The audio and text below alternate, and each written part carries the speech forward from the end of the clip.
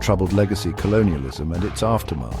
The Democratic Republic of Congo has been plagued by conflict for decades. The roots of this conflict are deep and complex. They can be traced back to the colonial era. Belgium, the colonial power, ruled the DRC with an iron fist. They exploited the country's resources and sowed divisions among its people.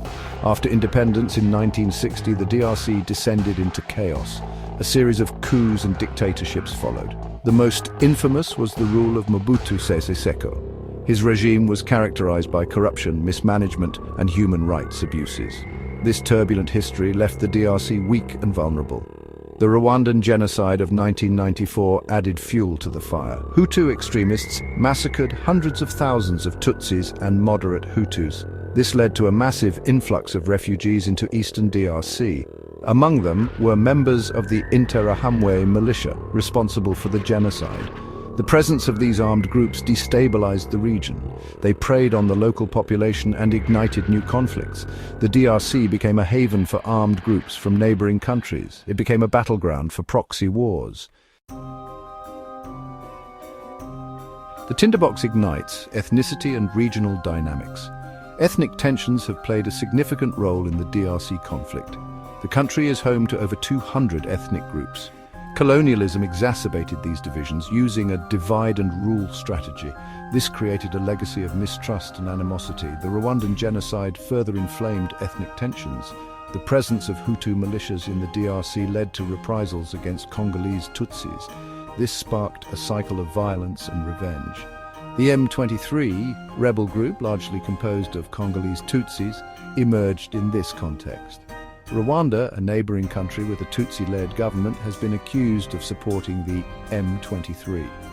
This has added a regional dimension to the conflict. Uganda, Burundi, and other countries have also been drawn into the fighting. These regional dynamics are complex and often driven by self-interest. Countries may support armed groups to secure access to resources, weaken rivals, or pursue their own political agendas. This external interference has only served to prolong the conflict.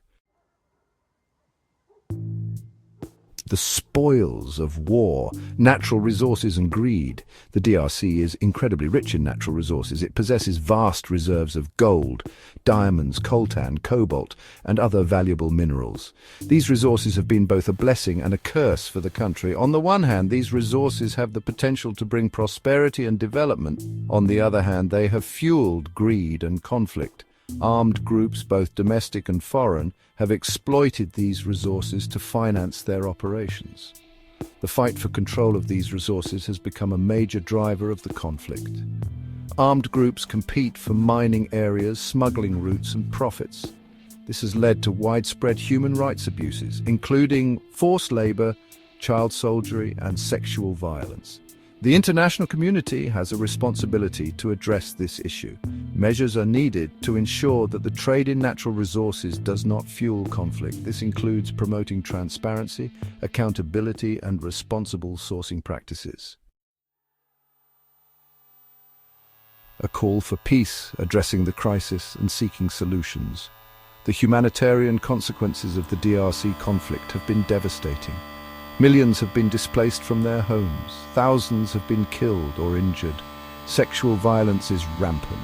The country faces a severe humanitarian crisis. The international community has responded with humanitarian aid. However, this is not enough. A lasting solution requires addressing the root causes of the conflict. This includes promoting good governance, tackling corruption, and fostering ethnic reconciliation. Dialogue and diplomacy are crucial. Regional actors must refrain from interfering in the DRC's internal affairs.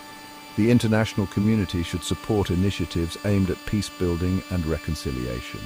The DRC conflict is a complex and multifaceted crisis. There are no easy solutions. However, by understanding the root causes and working together, we can strive for a more peaceful and prosperous future for the Congolese people.